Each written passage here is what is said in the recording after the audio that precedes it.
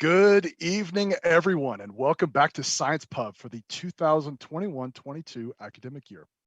We're going to remain virtual for the start of this year, but we still get the amazing opportunity to spend time with some of the greatest minds at Oregon State University. My name is Nathan Moses, and I'm the Associate Director of Events and Engagement at the OSU-Cascades campus in beautiful Bend, Oregon. We are privileged tonight to be able to hear from Professor Alan Fern, representing OSU's College of Engineering and the School of Electrical Engineering and Computer Science. I want to wish all of our new Beaver Nation students, as well as their friends and families, an amazing start to this year. Before we get to our program tonight, a couple of announcements to kick off this evening. First up, and again, all of you design folks, we just got confirmation that this is going to be our next Science Pub, so I apologize for the lack of design ability on this one. But we are going to have To Boldly Go, Why Scientists and Social Justice Warriors Need Star Trek. This is going to be presented by Jose Antonio Orozco. And in this discussion, we're going to examine how science fiction like Star Trek might be the kind of perspective we need today to strengthen our hope for building a better future at a time when the world seems overcome with crises.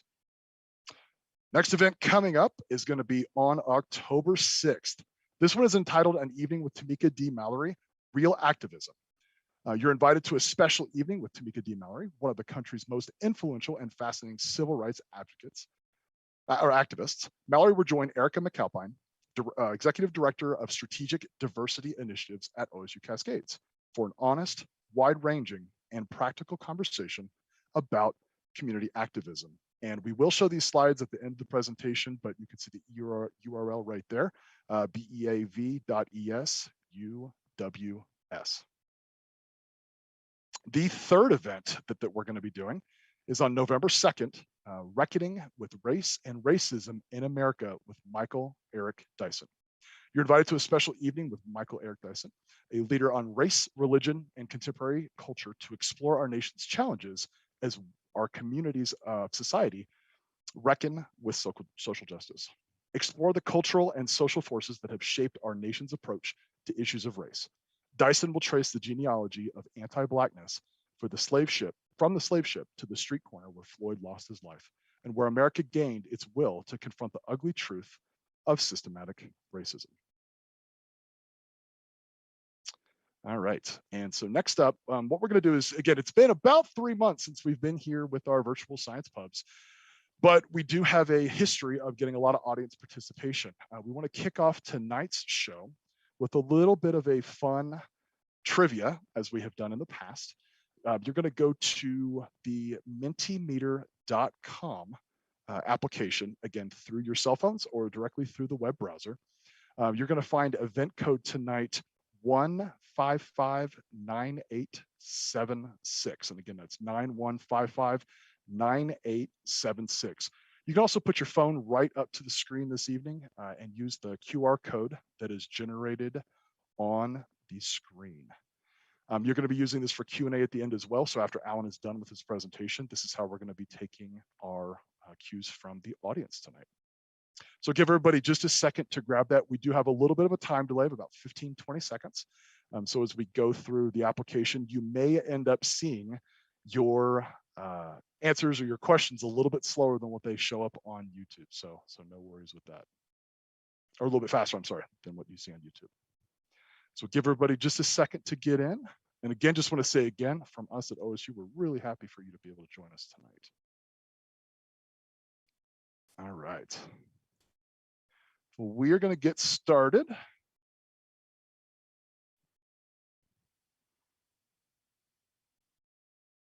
We have all of our participants. Looks like we've got a couple folks in to take our trivia this evening.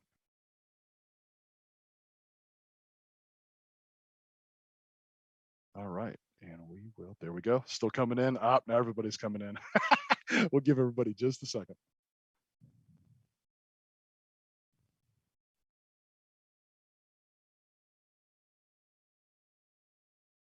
All right, and we're going to get started, and folks can join us as we continue.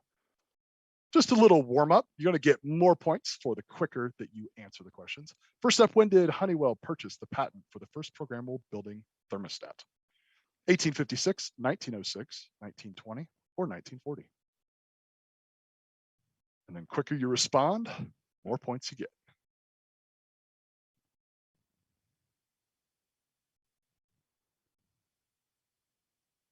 All right, correct answer is 1906. So good job for those 4 participants.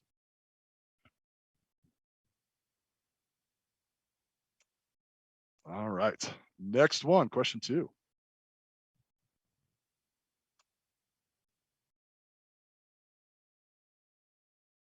What disability did the inventor of cruise control have? Hearing impaired, deaf, blind, schizophrenia, or vertigo? What disability did the inventor of cruise control have?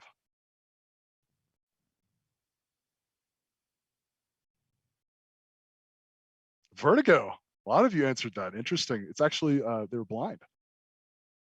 Answer 2. All right, question 3. How does the energy efficiency of a human walking gait compare to that of an ape knuckle gait? 10 times more efficient, 2 times more efficient, 2 times less efficient, 10 times less efficient.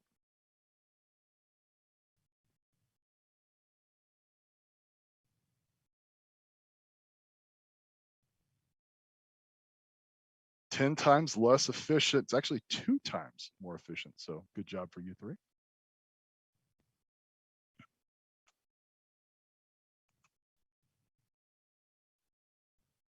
Next question. The earliest extensive fossil evidence for bipedal hominids is how many years old? 1.2 million, 2.5 million, 4.4 million, or 6.1 million years?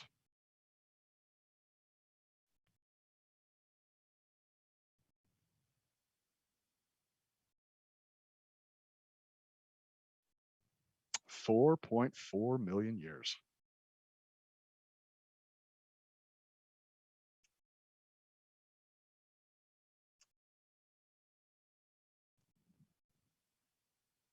Approximately how many muscles are engaged when a human takes a single step? 50, 200, 500, or 1,000?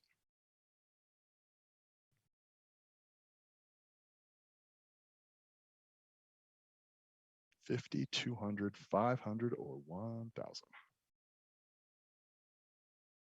A lot of you saying 50, actually 200. 200 is the correct answer.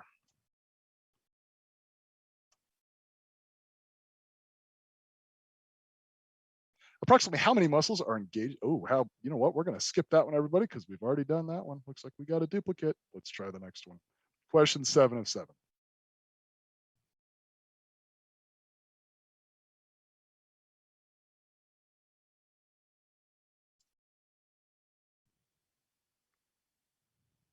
What is the average age in the US of first independent steps for infants?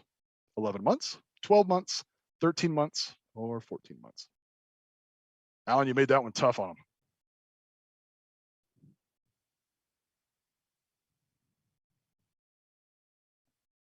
All right, time's up. A lot of you said 11 months, actually 12 months. All right, so let's take a look at our trivia winners. Looks like Millie is the winner with Bodie McBoatface as a very, very close second. So Millie, congratulations for being super great on our trivia tonight. Thank you for that, and thank you for the patience with a couple little technical difficulties. So I appreciate that. All right, everybody. Well, getting right into a main part of our presentation. Let me get this screen pulled down real quick. There we go. We would like to do a little introduction of our main speaker for this evening. So Alan Fern is a professor of computer science and associate head of research for the School of EECS at OSU. He received his PhD in 2004 in computer engineering from Purdue University, go Boilermakers, and his BS in 1997 in electrical engineering from the University of Maine. His research interests span a variety of topics in artificial intelligence and robotics, with a particular emphasis on building systems that can learn from experience. He co-directs the Dynamic Robotics Laboratory with Jonathan Hurst at Oregon State and is PI for a number of government-funded projects, including Defense Advanced Research Projects Agency, DARPA, programs on explainable artificial intelligence and machine common sense. Most recently, he is serving as the OSU lead PI for a new $20 million AI Institute on Agricultural AI in collaboration with Washington State University. I'm personally excited for this presentation due to my own interest in robotics. So without further ado, I introduce you all to Alan Fern. All right, I will get my screen share going here. So I trust everybody can see this. Thanks for the invitation. This is really the first public talk I've given on this research. So it's been an interesting talk to design, I'll say, and yeah, I've never had to produce trivia questions for a talk either, so that was fun as well. So I'm hoping that you'll find this interesting. In the talk, I'm not going to go over many technical details. I'm going to try to give you the bigger picture ideas, but I'm happy to go into any details and questions about robotics, this particular talk, or even more generally artificial intelligence. So, the first thing that I have to do is talk about our lab. So the Dynamic Robots Lab is co-directed by Jonathan Hurst. He actually started the lab, and then I joined him. And we're a good team. He's the roboticist. He knows about hardware, which I don't know anything about, and I know about software, which he knows maybe a little bit about. And so he's the brawn and I'm the brains, I guess, when it comes to the machine. We have great students in the lab. We have some PhD students right now, 3 PhD students. We've got a bunch of master's students, and then we've got some distinguished alumni. We have more alumni, but I'm putting these 3 here because they were definitely involved intimately with the work I'm going to be talking about. They're at Agility Robotics. They love to take our students because we really produce some great robotics students at OSU. So without further ado, we should also mention we have a robot in the lab, Cassie. Okay. Trying to move that control bar. It's is that still going out? I don't know how to get rid of the control bar. Let's see. How about that?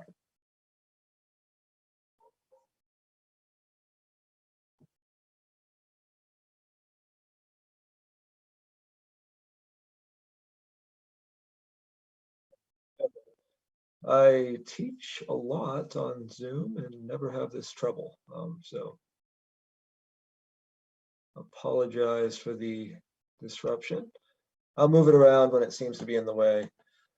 So we don't want to cover Cassie. So this is Cassie, our robot in the lab, and maybe the most important member of our lab. We need more robots. Cassie is our only robot right now, but we make the most of her. Although in teaching evaluations, I am sometimes characterized as a robot. So, I have no argument against that. So you'll have to guess.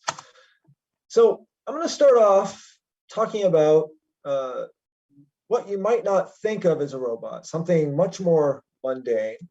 And I'm going to be talking about a couple of these mundane systems just to get you thinking in terms of automatic control and what that means. So this is something that that you're familiar with, and this is sort of a history of thermostats. So we have the Honeywell. This was one of your trivia questions. This was the very first thermostat for the home, and it was purchased. The patent was purchased in 1906. And then you see these things popped up in the 80s, these digital thermostats. And now we have really fancy, intelligent thermostats that can connect to the internet and browse the web and do all sorts of things. Well, what do I mean when I say these are little robots or control systems? What is an automatic control problem? So let's break that down. So here's your house. here's your thermostat, and here's your furnace, right? And the furnace is controlled by a fuel intake valve. And it would be a shame if we always had to go to the thermos and control it ourselves. So that's the purpose of the thermostat. Now, what a thermostat has inside it is some sort of intelligence. We might not think of it as hugely intelligent, but there is some intelligence. And that intelligence takes a couple of inputs.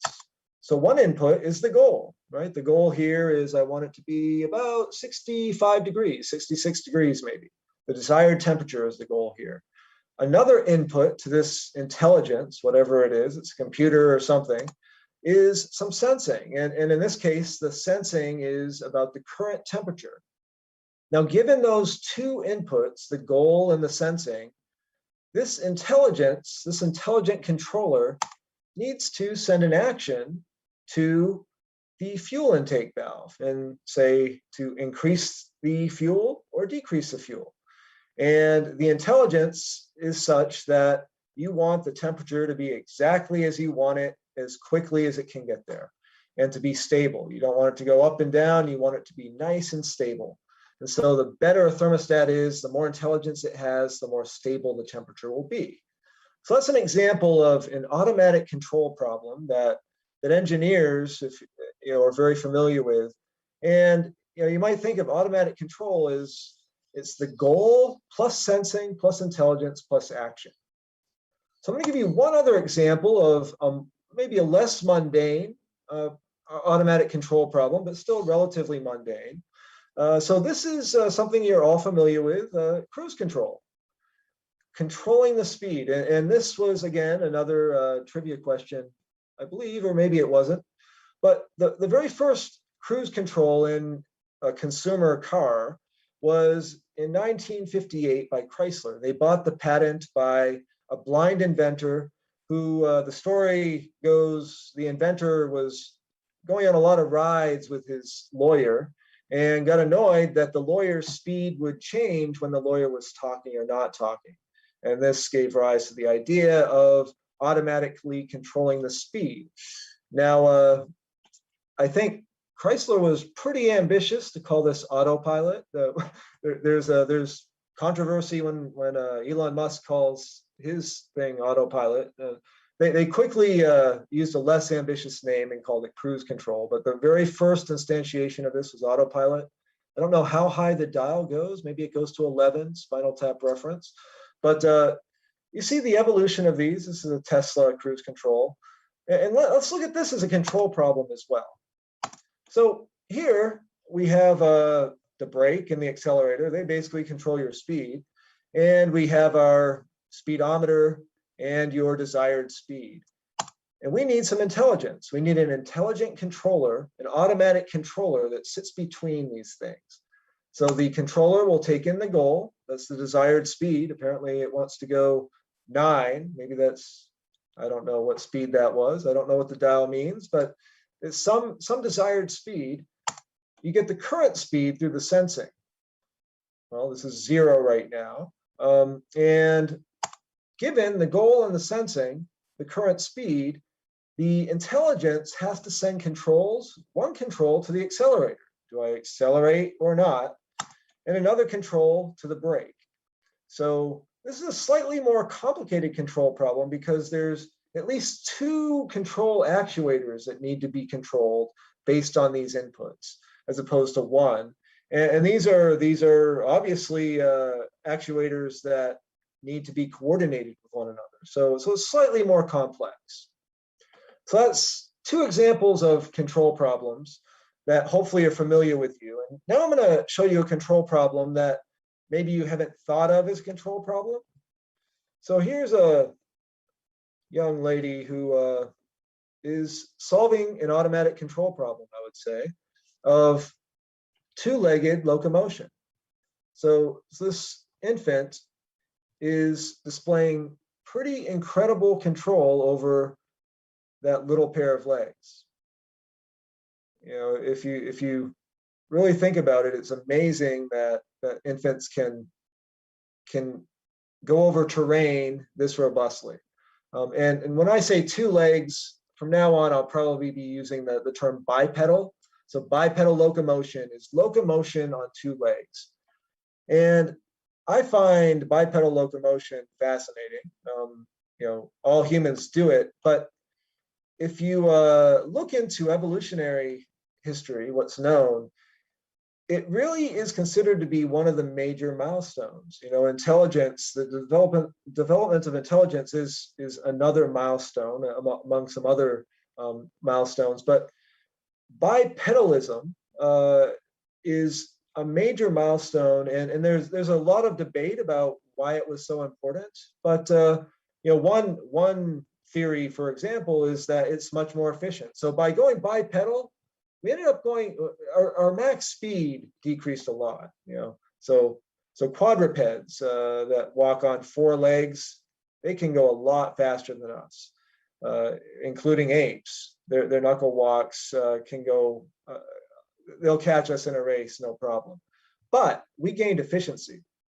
There's some really fascinating literature out there that has theories about how perhaps because of that efficiency, before we even had weapons, arrows, or anything to hunt with, we were able to just chase animals until they overheated. So I recommend searching YouTube and looking for some lectures on this because it's really fascinating. But bipedalism is a major step in human evolution, and basically that's one of the reasons that we're so excited about studying it in robots. Another reason is that our environments are set up for us bipeds, and it would be really convenient if we didn't have to redesign our environments for quadrupeds, for example. It turns out bipedal locomotion is a lot harder than quadruped locomotion. So let's take a look at this and think of it as a control problem. So here's the thing we want to control, some sort of body with two legs. Here we have arms. We'll ignore the arms, but they're very useful for balance as well. And so automatic control, we need to have some intelligence, right? And that, of course, is our brain. All of the bipedal intelligence that we have is mostly subconscious, but it still goes on. It's happening in the brain. And so let's think about what this is. So the brain will have some desired locomotion goal, right? This can be from high-level processes, or you command your child to walk over to the couch. So there's a goal, just like any control problem. And the brain also takes in sensing from all of the sensory nerves. There can be thousands of these. These are going to be about your joint positions, your skin. You can get information about force, contact. So lots of information is flooding into the brain. And the brain then has to output some actions over motor nerve signals that basically will actuate 200 muscles. So I was surprised to find that taking a single step involves coordinating the activity of 200 muscles. And so this is a massive control problem, really complicated, very scary if you're an engineer trying to do this. And so it's useful to compare it to those textbook control problems that we looked at, right? So thermostat control, autopilot or cruise control, those are problems you can solve with textbook engineering knowledge, right? You'll use different techniques, but an undergraduate who's learned this stuff can solve these problems.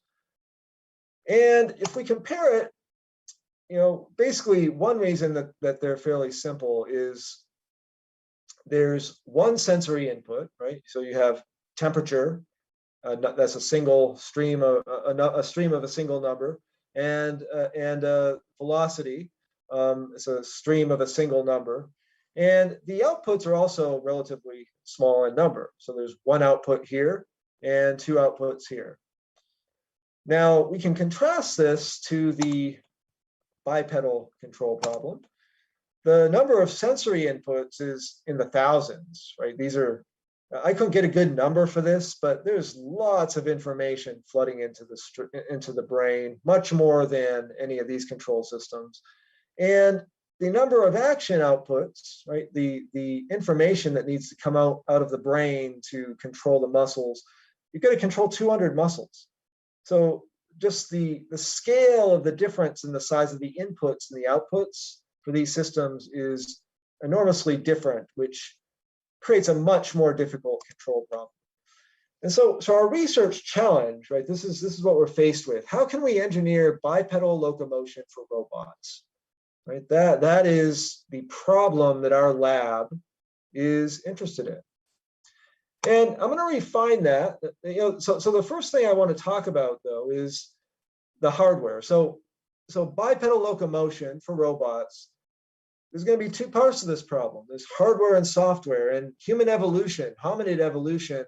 Both the hardware, the body, the physical characteristics were evolving at the same time as the control, the brain structures. And likewise, we need to design good hardware for bipedal locomotion before we are going to be able to control good locomotion. And so Jonathan, or Professor Hurst, has basically dedicated his academic career to this problem of developing hardware for bipedal locomotion, which is inspired by animal locomotion. And he's developed very unique hardware. We won't go into details. He could give a full talk on this, but he's developed his robots so they have the same sort of force characteristics on the ground as a human or other animal bipeds. This was the first robot developed at OSU from his lab. And that evolved into Cassie, which is what we're going to be talking about mostly today. And that's since been evolved into Digit with arms and lots of fancy other things like cameras. And Digit is the main robot now for Agility Robotics, which is a company that Jonathan and collaborators started based on his research. So we're going to be talking about Cassie today, but most of the stuff that we talk about is very general and would apply to Digit and other types of bipeds and even other quadruped robots. So as far as control goes, so we're going to start off with really great hardware. That's the first thing to note. And control, we're going to look at a somewhat specialized but very important aspect of the bipedal control problem. And we're going to focus on control for blind locomotion. Now, this might seem fairly limited, but humans and other bipeds are actually pretty good and robust at locomoting blind, right? Take your beverage. This is a science pub, and stand up and close your eyes and walk around the room. You can do it just fine, no problem. You can even go outside and on some reasonably rough terrain, close your eyes and you can walk, right? It's not a problem. And you can do that a lot better than most robots. You might even be able to go upstairs with your eyes closed, right? If you're daring. So our goal in our lab right now is to achieve human level blind locomotion capabilities, right? And if we can do that, then you can add cameras and all this fancy stuff for the high level planning. And you've got this base of blind locomotion underneath that is sort of the bedrock of your locomotion.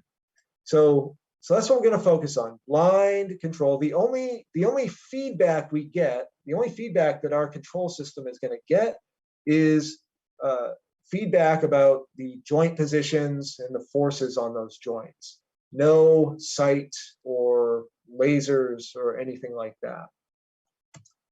So let's set up this control problem. So we've got Cassie here, our robot that we're going to be trying to control.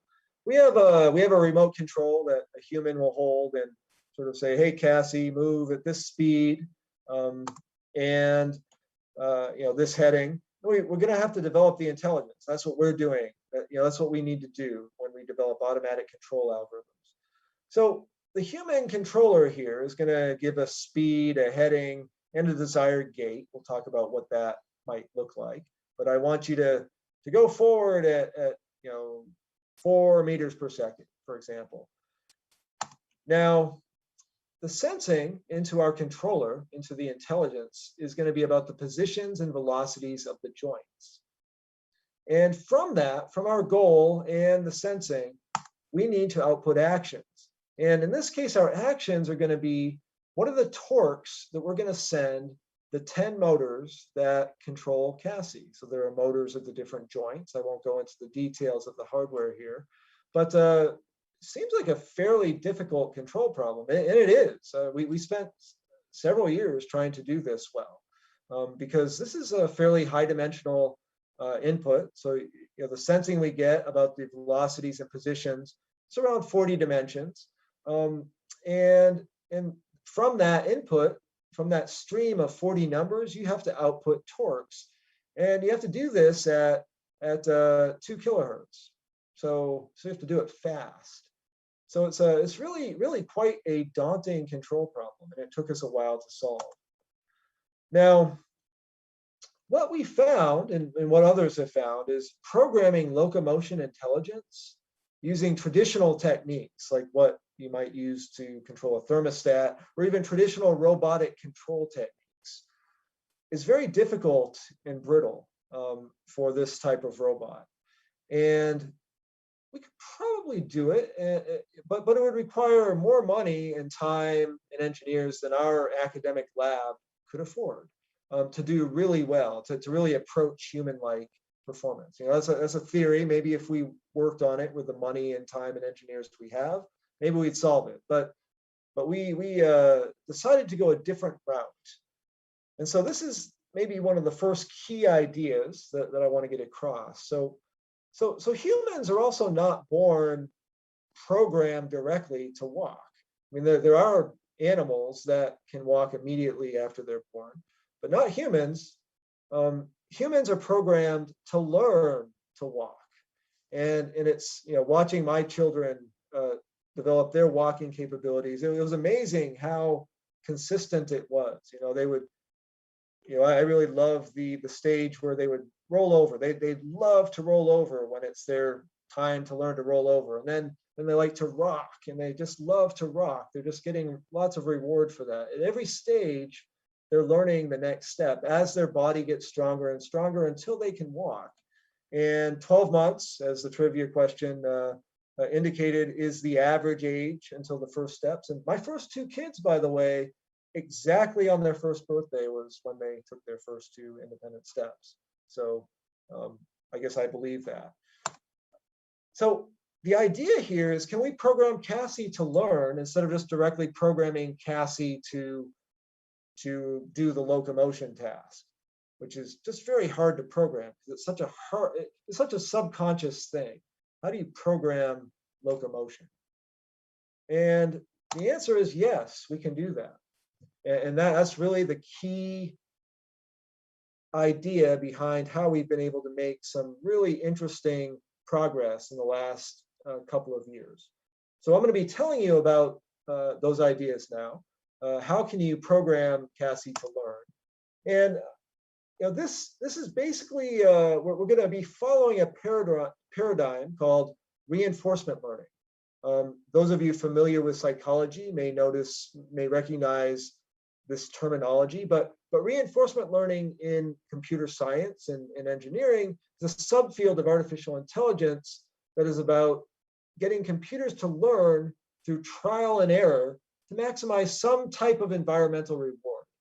And it's inspired by classical Pavlovian conditioning in psychology. Here you picture the dog's mouth watering because it's been conditioned to recognize it's going to get a treat when it does something. So some real world successes that you may have been familiar with from reinforcement learning. So these are algorithms, but if you haven't seen this Netflix movie documentary, I recommend you watch it. But this is a documentary about how DeepMind developed a computer that learned through self-play to play the game of Go, which is considered to be harder than chess. It's sort of the Asian mind game that's sort of like chess. It played itself over and over and learned through reinforcement learning to be as good as the best human on the planet. And now it's much better than the best human on the planet. So it's an amazing capability. So an amazing type of algorithm. Another place which you might not be or be aware of is these types of algorithms are often used by industry to do things like increase engagement in social media. So, all these things you see popping up in the screens, the way they're laid out, and what things are recommended to you. Well, they're trying to maximize reward. There are algorithms behind the scenes maximizing their reward, which means keeping you engaged, which often means making us angry. You've probably heard a lot about this. But this is just a couple of places where reinforcement learning, you may have come across it. We're going to be using this to try to get Cassie to walk and do other types of locomotion. So let's talk about reinforcement learning for Cassie. So this is the control system that we talked about. So we're developing the intelligence for Cassie that will be able to take in commands and do whatever type of locomotion we want through sensing and then sending actions to the motors. And we're going to develop reinforcement learning algorithms that can learn to do this, right? So we're going to have Cassie sort of try to walk through trial and error. This controller is going to try to get Cassie to walk. Cassie might fall down. And the thing that makes it reinforcement learning is while Cassie is doing things as controlled by this controller, we're going to give the controller rewards. Thumbs down if Cassie fell, or thumbs up if Cassie's doing okay, right? So this reward is roughly going to correspond to how well is Cassie at the moment locomoting according to the commands. So I'll keep this somewhat vague, but if we command Cassie to go forward at 2 meters per second, and Cassie is doing that really well, it will get a high reward. Cassie falls on its face, it will get a negative reward or a punishment. Now it is, I'm showing this as a little brain. Obviously, we actually have to implement something here. So what is it really? What is it in software? Well, we're going to use something called an artificial neural network. So this is implemented in software. And so our controller is going to be an artificial neural network that takes in some inputs from the sensing and outputs the actions. And what an artificial neural network is a very, very, very, very rough analogy to neural networks in the brain. It's extremely coarse, but it's this technology is at the core of some of the most interesting advances in artificial intelligence and technology that you're seeing today. So it's at the core of why you can recognize why Siri can recognize your voice a lot better than 10 years ago. It's at the core of translation systems these days. So they're responsible for many advances. But before our work, there hadn't really been good evidence that they could benefit bipedal locomotion. And so I'm not going to go into much detail about neural networks. I'm happy to answer questions about them, but basically they learn by adjusting connections between neurons, just like your brain learns roughly by adjusting synapse weights between neurons, right? And how we adjust those weights based on the reward is sort of what is baked into the reinforcement learning algorithms. So there's a whole branch of artificial intelligence that studies these algorithms that figure out how do you adjust the weights in the neural network to maximize the reward, right? So when you change the weights, this controller is going to change. So it will do something different based on the sensing. And hopefully, if you're getting negative rewards for falling, you'll adjust the weight so that you'll fall less. And then you'll fall less and less and less until eventually you're walking well. So now Cassie can learn, right? It can learn in the real world. We've got this algorithm. Let's just put Cassie in the real world and and let it learn, right? Well, not really. So there's a problem with that. The first problem is Cassie, at the beginning, this artificial neural network is just random. And what's going to happen is Cassie's just going to fall. Like what happens with an infant before they've really learned to walk? If you stand an infant up, it's going to fall. So, that's not a problem for human infants, right? Human infants fall all the time.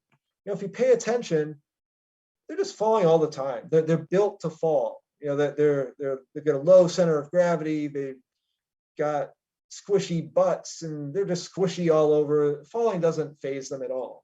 They fall all the time, and it's not a problem. Now, on the other hand, our lab, as I mentioned, only has one robot, and Cassie, you don't want Cassie to fall all the time because Cassie is going to break, and every time Cassie breaks, we have to send it to the repair shop, and that's a week of our research gone. So this is just a picture of Cassie falling, and you don't want to do this too many times. Our students are already too good at breaking Cassie. So we definitely don't want to do reinforcement learning in the real world from scratch, because Cassie is going to have to fall hundreds of thousands of times before learning to walk. That would be a disaster. So another problem is that, well, we can't wait a whole year for Cassie to train and learn to walk, right? How many PhD theses are we going to be able to produce if we have to wait a year for Cassie to train each time we want to tweak something? So this is a major problem in terms of trying to apply reinforcement learning. So what can we do? Well, this is the second key idea. The first key idea was we're going to program Cassie to learn to walk.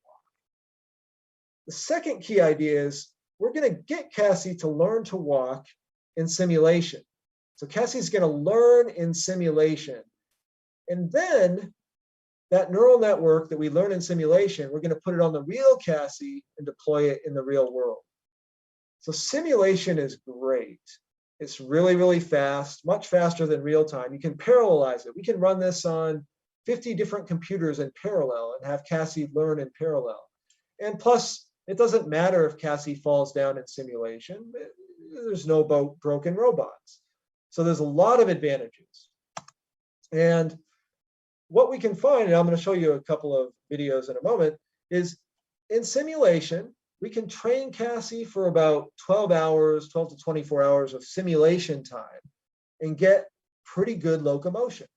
Now, it's interesting. I just did the calculation.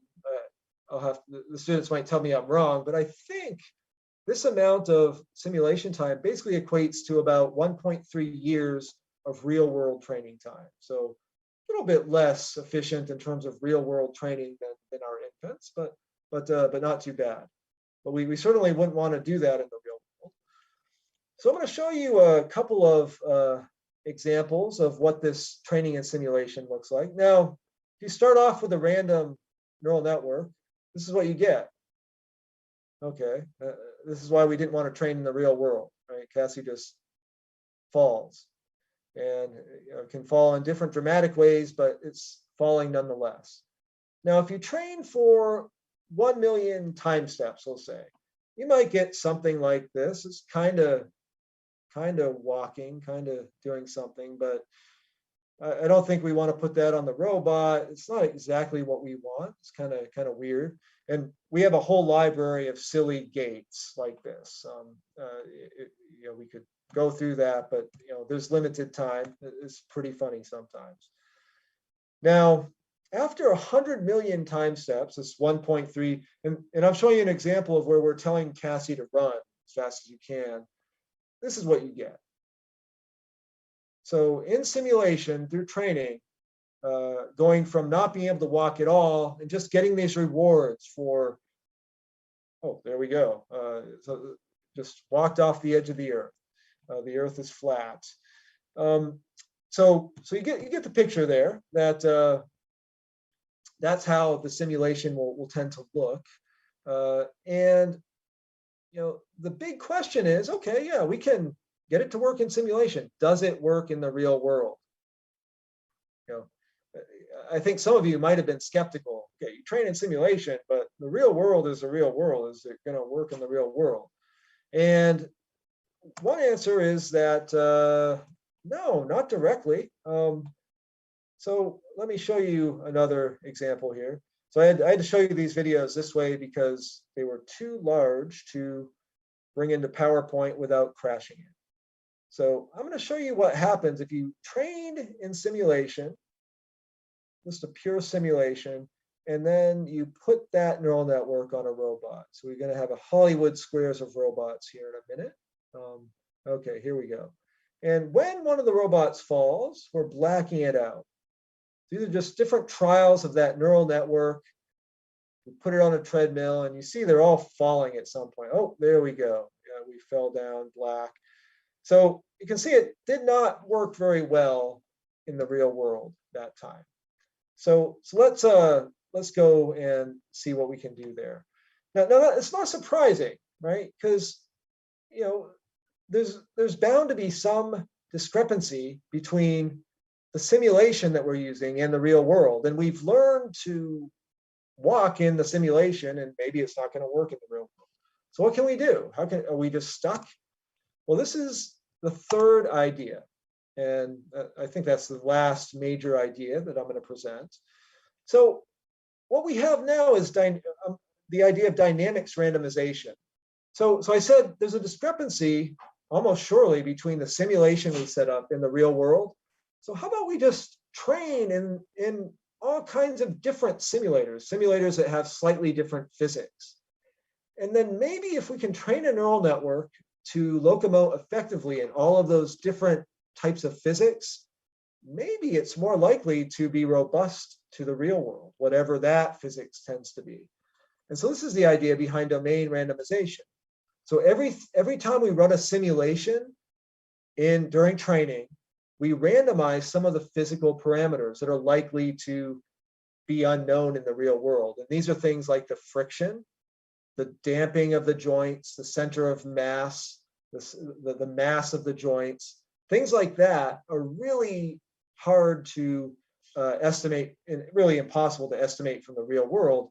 And so we're going to train the neural network to be robust to variations in these, like not crazy variations. We're not going to change, the force of gravity so that, one simulation you're on the moon and one you're on the earth.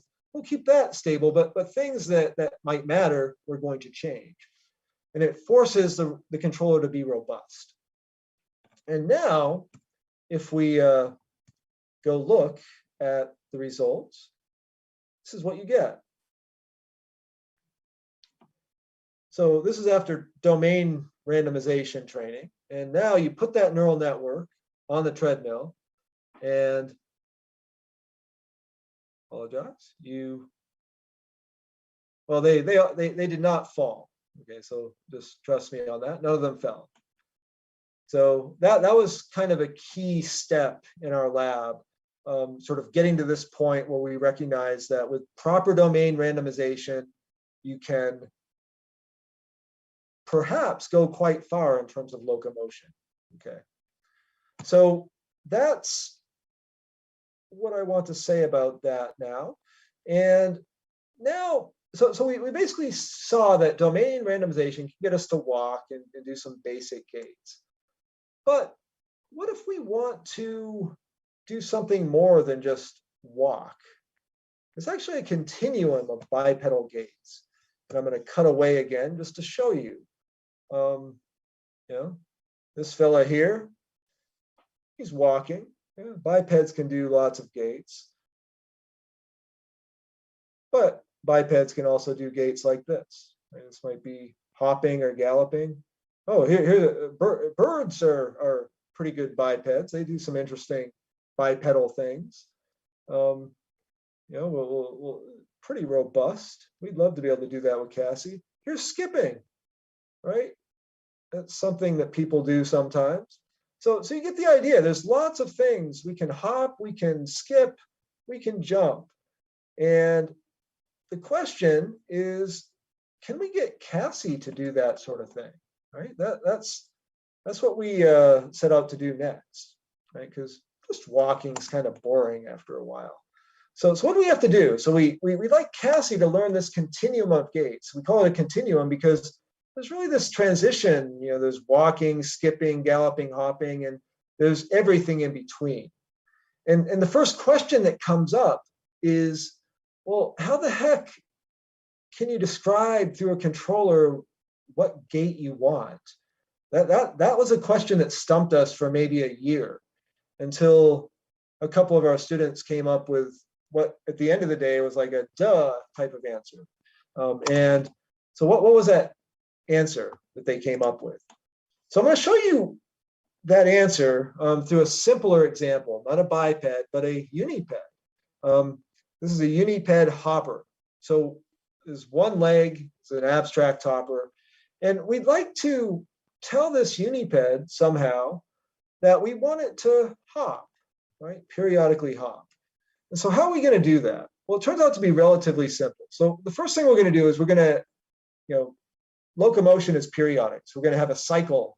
One part of the cycle is a swing, one part is a stance when the foot's on the ground. And what we're going to do is we're going to say, well, when you're in stance, the velocity of the foot should be 0, and the force, there should be a force on the foot, should be greater than 0. When you're in swing, the velocity should be greater than 0 of the foot because it has to swing, and the force should be 0. There's no force on the foot. And those basic things that you characterize are enough to basically constrain hopping. So we can do that with other types of gaits as well. So this is showing you, now I'm just showing you this, the details of this are a little more complicated, but basically these are things that you can set with simple controls on a remote control. And by setting the controls in a certain way, you can get hopping like this. So we trained in simulation with, for hopping and all sorts of other types of gaits, settings of the controls. And this is what you get in real life when you do hopping. Here's what you get when you set the controls to something that's like walking, right? So this is all the same controller. We're just controlling the gait parameters. It's really kind of interesting that you can do this with all one controller. What else can you do? Oh, you can even skip. You can set the controls so that you can skip. I mean, I can't actually stress enough how surprised we were when we saw this happening.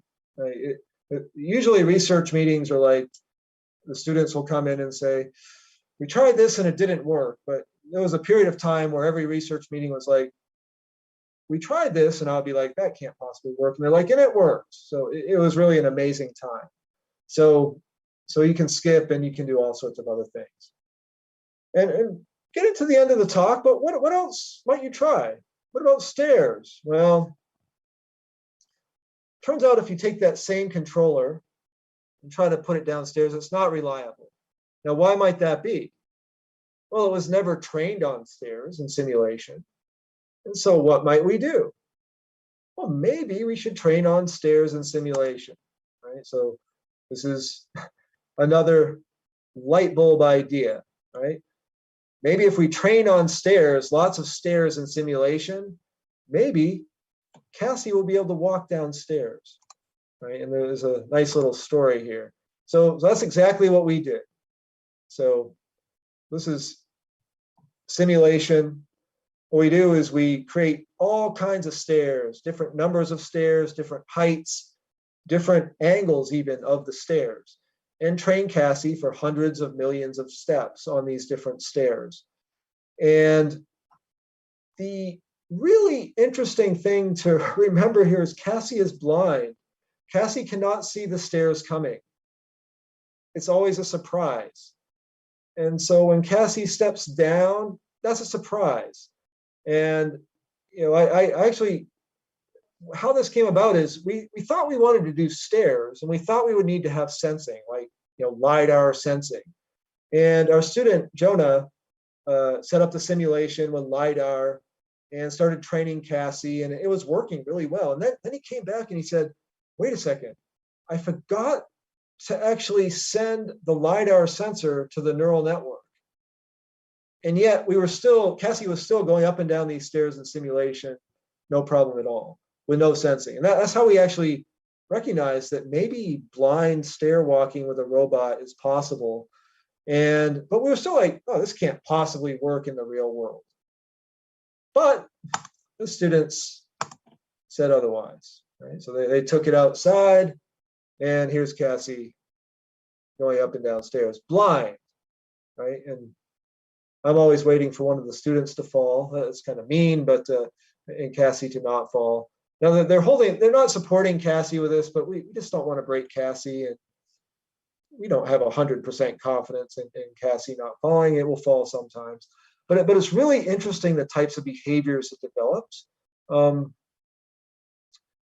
So you can see it's blind, so it doesn't know when the stairs are coming, so it has to recover in certain ways. Like it will miss stairs sometimes. You'll see at the end here. Oh, there you go. But it recovers. So it's robust, and you can do this yourself. I recommend going slowly, but you can do this yourself. And it's really interesting that this same behavior, we never trained it on this sort of thing in simulation, but they were curious about what else it could do, right? You train on stairs, and maybe it's robust to all kinds of other terrains. So they really took it outside and tried to press the limits.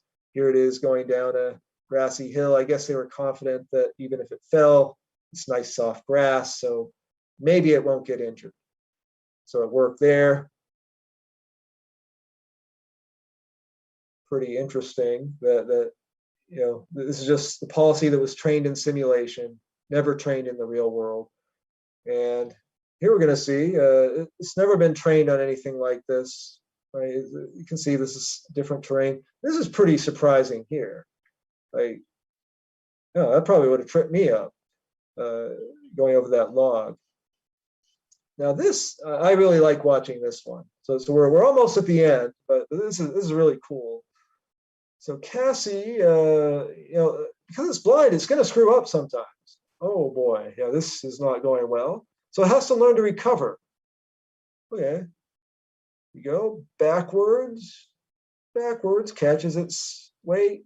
The humans were able to recover. And there we go, back up the stairs. So, I mean, it was pretty shocking to see this type of behavior, and it was just trained in simulation. So it's been really fun to see this develop. So let me see where I am here. So, to wrap up, I just wanted to point out we've done some other interesting things, and you can find OSU an OSU press release on this. But another goal we've had for a couple of years is to get Cassie to run a 5K, and this is one thing that we can do that Boston Dynamics is not going to be able to do with their current athlete because it's way too energy inefficient. Cassie, with the animal-like design, is much more efficient. And so this summer, we successfully completed a 5K for the first time. 53 minutes, not a stellar time. They weren't pushing it.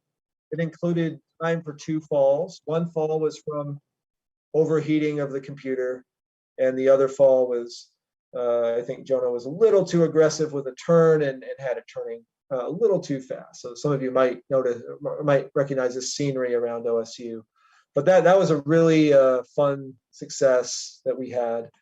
Finally, I'm just going to end showing the latest crazy thing we're working on. So in the real world, Cassie's going to be carrying stuff. It's going to have arms, all kinds of different loads, maybe towing things, who knows, maybe even doing things like this, having a pole that carries things on 2 sides. And we want Cassie to be able to walk well with these things. And if you just take the policies that we trained without loads, without different types of, this is sort of simulating a water jug. They don't work, but if you train in simulation with all different kinds of loads, they tend to work. That's pretty cool. Here we go. This is a little wobbly, I'll admit. And that's sort of where I want to end. when we see things like that, we're sort of getting to the limits of sim to real. I'll move to the last slide here. So finally, the question, sim to real seems to be a very powerful thing that our lab is exploiting right now. And does it work in the real world? Well, see, one answer seems to be surprisingly well. I've shown you a bunch of things, a bunch of cases where it works really well, but it does have its limits, and we're starting to find those limits now. We're pushing the limits, putting crazy loads on Cassie or loads that are even reasonable. And we're finding that the gap between simulation and reality becomes larger the more dynamic we make the situation. And so really one of the frontiers now is pushing on that limit. And I'm pretty sure what we're going to have to start doing is actually learning on the real Cassie. But, now we've got Cassie, so Cassie's not going to fall every second. And maybe that's going to be feasible. So we're really excited to move there. And with that, I am going to end. And I don't know how much time I use, but it looks like it's 7 o'clock. So I'm done with the talk. I'm happy to take questions and go from here. Perfect. And super, super, super fascinating. We've got a couple questions coming in right now. I'll take this time to remind the audience that down at the bottom of our screens, you have the codes for Mentimeter to directly chat with Alan with questions. So again, that mentimeter.com event code is 9155-9876. The biggest thing is a reminder, if anybody is logged in through YouTube, through your account, you're more than welcome to pop questions directly in the chat, and we will pull those. So we'll give you all a little bit of time to get those in, but we do have I guess a couple starter questions of things that have come in already. Alan, one of the questions that came up, and I apologize, I do not know what to actually call this anatomical structure of how the legs are working, but the question that came in is, what are the benefits and drawbacks of Cassie and Digit's, they're calling it reverse knees, from a locomotion standpoint? It always makes me think of the Alien movies, for the alien biped, if you will. That's kind of how the leg structure is set up. So what's kind of the benefits and drawbacks of that? Well, that is not a question in my domain, actually. So I'm the software guy, and this would be a question that Jonathan Hurst would be much better, or his, our students, some of our robotics students would be much better at answering. I'm sure there is a benefit, but I can't give an intelligent answer to that, unfortunately. No worries at all. All right, so let's see, another question. Looks like, what reinforcement algorithm did you employ to train Cassie? Okay, well, I wish I knew how much the question asker knows about this, but the algorithm we used is PPO. It's the algorithm called PPO. It's what's called a policy gradient algorithm, and essentially what it does is, so remember I talked about this neural network. Right? Given a set of weights in the neural network, it will, if you fix those weights, it will take in inputs and produce an output of some type. It's some function from input to output. And some of those functions are going to make Cassie walk well, and some are going to make Cassie walk badly. And what the reinforcement learning algorithm does is it will start with some random weights for that neural network and then simulate Cassie walking. And it might fall. And it will also randomize some of the activity of the controls being sent. And it will keep track of what controls tended to be correlated with higher rewards compared to lower rewards. So if you sent a control signal and right after that you got a better reward than after some other control signal, what the algorithm is going to do is try to move the weights of the neural network in the direction that will make that first control signal more likely. Right? So basically it's saying, okay, where am I getting the most reward for the controls that I'm using? Then it's trying to make those controls that got better rewards more likely. And this is, it requires millions and millions of simulations, right? Because you're just starting randomly. So it's very unlikely you're just going to randomly do something good. And so it's those few random trials that you do something well that get reinforced by the algorithm and make the neural network sort of evolve slowly towards something that works well. Okay, thank you. Next question that came in. So I'm going to kind of translate here a little bit on this one. Okay, so it looks like the creation of the simulation model. So I think you had explained the process that you sort of had the Cassie itself, the physical mechanical build, and then you're like, oh wait, light bulb. Doing this simulation is going to speed up this learning process. What was that time frame like between, I guess, the realization of that light bulb of like, hey, we can create these sim models to complete this? Because that looks like a highly, highly, highly intricate simulation to be able to put together. So I guess for the viewers, how long did that process take till you were a point that you could have this simulation or these sets of simulations to help with the machine learning or the AI learning piece of it? Yeah. So originally, so the controllers that Jonathan and his previous collaborators used to develop were sort of the hand-coded controllers using traditional robotics techniques and no learning. And so those are the original controllers that were on Atreus and even Cassie at the beginning. And it wasn't so then, you know, I started collaborating with Jonathan. We started thinking about learning with some students. And it's really at that was maybe 4 years ago. And it's really at that point that you recognize you can't do learning on the real robot. You just can't do it. So you have to have a simulator. So Patrick Cleary, who's now at Agility Robotics, was the one who really got this jump started at that point. And he developed the Cassie simulation model and developed his master's thesis was the first demonstration of being able to transfer from something that was learned in simulation to something that actually could walk a little bit on the treadmill in the real world. And so that might have been 3 years ago. And then it was still, you know, another good year and a half before we got good enough at training Cassie to do some of these more advanced things and really brought in the domain randomization aspect, which was critical. And so that domain randomization piece was brought in 2020.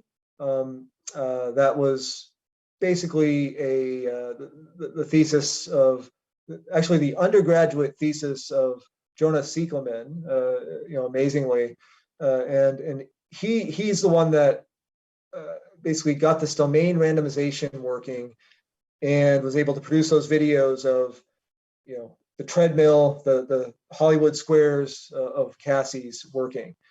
And so that was 2020, and so this is very recent stuff now.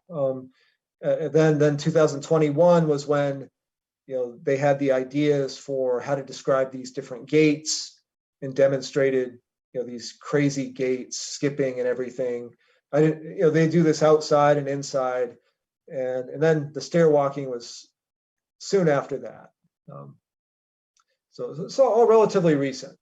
The simulation model, though, was a challenge to get right. You know, that required a lot of expertise on both software and hardware, which Patrick was a perfect person to have all of that expertise, and we're lucky that he was able to do that. Oh yeah, that whole process just absolutely amazing to be able to see that. Kind of related to that, you were just talking about the gates. What's the most interesting gate that you all were successful? Like, I guess that you were the most pumped with Cassie to be able to actually have Cassie articulate. And were there any gates that you didn't show that you all attempted, kind of with the biped model that maybe didn't work, but you were interested to see what it would look like in simulation? Well, we've had all kinds of crazy gates just in simulation, like things you would never really try on the real robot because you don't think it would work. But, you know, in simulation, you see all sorts of crazy things because it will exploit little aspects of the simulator sometimes. So it will sort of move forward by vibrating its feet, for example. It looks like it's doing the moonwalk or something. That won't work in the real world. I think that for me, the most impressive real world gate is the skipping, right? That's there are a lot of humans who can't do that very well, I suppose. I don't know. Go ask 10 random people to skip and see how well they do. And the other thing that really impresses me is the transitions between different gaits. So going from skipping to hopping, from running. And though that's one area where I think we do need improvement. So transitioning, because that right now that's going to rely on the human controller being able to dial the knobs in a nice way that transitions smoothly and that won't make Cassie sort of fall down due to some weird dynamic. But that's something that we could also try to train Cassie to master. We haven't done much of that. The other types of things that I really want to get Cassie to be able to do that we can't really do right now, and it's related, is do things like running football routes. So a wide receiver route. Those require a little bit of advanced planning. Right? You have to go up fast and then plant your foot and do a square out. And that's something that's sort of on the horizon that I'm really excited about. One other thing that we are planning to do is a 100-meter dash. We're trying to set the world record in that. And our first attempts at that have failed. But we're getting, because they're really trying to push Cassie as fast as you can possibly go. And actually that explosion from just standing to sprinting as fast as you can is really one of the difficult things. That's another transition. So we're still working on that. I think hopefully by next summer we'll have a 100-yard dash record, and we're talking to Guinness about that for fun. Oh, that'd be amazing. That'd be amazing. Related to that too, what would it take to get mechanically Cassie to be able to recorrect herself from a fall? Like, is that much farther down the road, or have there been some attempts at that already at this point? Yeah, we have not done that in the real world. It does seem feasible. So in simulation, the students have played around with this a little bit. So you start with Cassie on the ground. Can you get it to like thrash around like a turtle and get on its feet?